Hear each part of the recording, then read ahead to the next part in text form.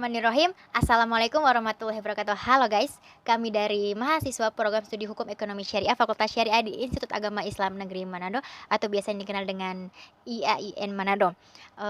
Di video kali ini untuk memenuhi tugas mata kuliah hukum dagang, kami disuruh membuat suatu video untuk menjelaskan suatu materi dan di sini eh, saya dan teman-teman saya termasuk dari kelompok 4 dan kami mendapat bagian materi yang akan kami bahas yaitu tentang hukum persekutuan perdata.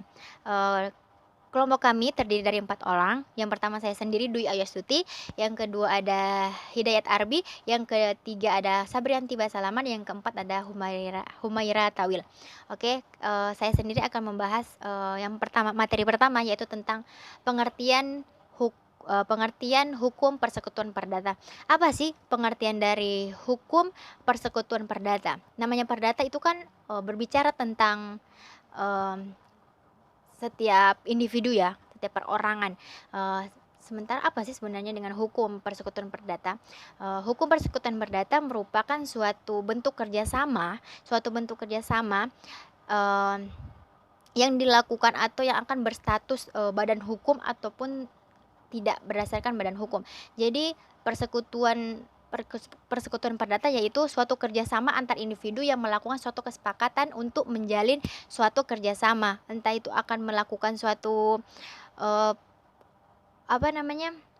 membuka perusahaan dan lain sebagainya. Itu persekutuan perdata yaitu hukum persekutuan perdata yaitu tentang hukum yang berkaitan dengan proses kerjasama antara kedua belah pihak yang baik berstatus nantinya akan berstatus badan hukum maupun tidak, seperti itu. Materi selanjutnya akan dibahas oleh teman saya. Assalamualaikum warahmatullahi wabarakatuh.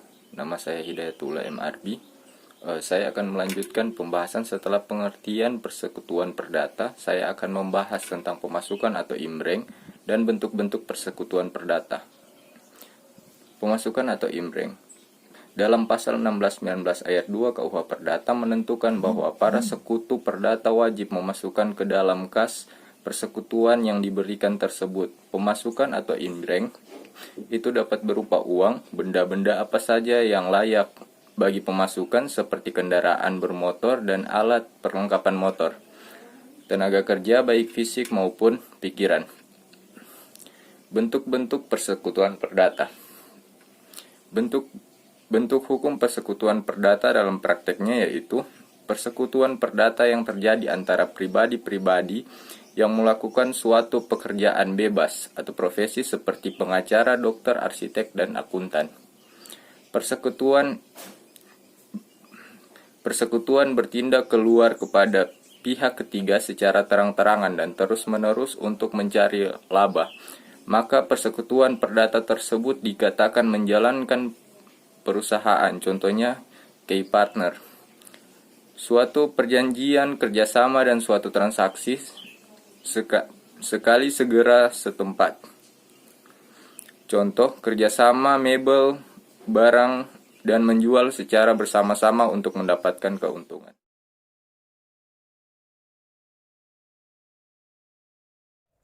Baiklah, saya Humaira Tawil akan melanjutkan pembahasan selanjutnya, yaitu pengurusan persekutuan perdata dan pembagian keuntungan serta kerugian dan tanggung jawab sekutu. Pembagian persekutuan perdata menurut pasal 1620 sampai 1623 KUH Perdata, yaitu persekutuan perdata umum adalah persekutuan di mana para sekutu memasukkan seluruh harta atau bagian yang sepadan dengannya. Persekutuan demikian dilarang oleh undang-undang, kecuali dimasukkan seluruh keuntungannya. Dan persekutuan perdata khusus adalah persekutuan perdata khusus. Para sekutu menjanjikan pemasukan benda-benda tertentu atau sebagian tenaga kerjanya. Pembebanan pengurusan persekutuan perdata dapat dilakukan dengan 2 cara, yaitu yang pertama diatur sekaligus bersama-sama akta pendirian persekutuan perdata. Sekutu pengurus persekutuan perdata semacam ini disebut sekutu statuter. Yang kedua, diatur dengan akta tersendiri sesudah persekutuan perdata berdiri. Sekutu pengurus semacam ini dinamakan sekutu mandater. Selama berjalannya persekutuan perdata ini, seorang sekutu statuter tidak dapat diberhentikan kecuali atas dasar alasan-alasan berdasar hukum. Sedangkan sekutu mandater kedudukannya sama dengan seorang pemegang kekuasaan yang kekuasaannya dapat dicabut sewaktu-waktu atau dia sendiri juga dapat meminta kekuasaannya untuk dicabut. Pembagian keuntungan dan kerugian. Menurut pasal 1633 ayat 1 KUH Perdata menyebutkan bahwa sebaiknya cara pembagian keuntungan dan kerugian oleh sekutu diatur dalam perjanjian pendirian persekutuan. Dengan ketentuan tidak boleh memberikan seluruh keuntungan hanya kepada seorang sekutu saja. Tetapi berdasarkan pasal 1633 ayat 2, boleh diperjanjikan seluruh kerugian hanya ditanggung oleh salah seorang sekutu saja. Kewajiban untuk mengganti kerugian apabila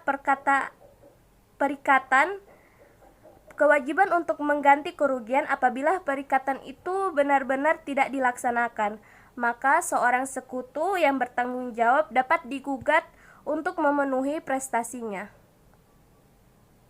Terima kasih sudah mendengarkan pemaparan saya dan teman saya. Lebih dan kurangnya saya mohon maaf. Terima kasih kepada Ibu yang telah memberikan kami kesempatan untuk mengerjakan tugas ini. Wassalamualaikum warahmatullahi wabarakatuh. Teman-teman, itu tadi pemaparan dari saya dan juga teman-teman saya. Lebih dan kurangnya kami mohon maaf. Semoga dapat bermanfaat dan kita sama-sama masih belajar. Saya juga perwakilan dari teman-teman saya dan teman-teman saya mengucapkan terima kasih kepada dosen pengampu saya mata kuliah ini Hukum Dakam, yaitu Ibu Kartika, karena telah memberikan tugas membuat video ini. Maka saya dan teman-teman saya atau kami dari kelompok 4 lebih memahami tentang apa sebenarnya hukum persekutuan perdata itu. Semoga dapat bermanfaat. Lebih dan kurangnya kami memohon maaf. Wassalamualaikum warahmatullahi wabarakatuh. Bye guys.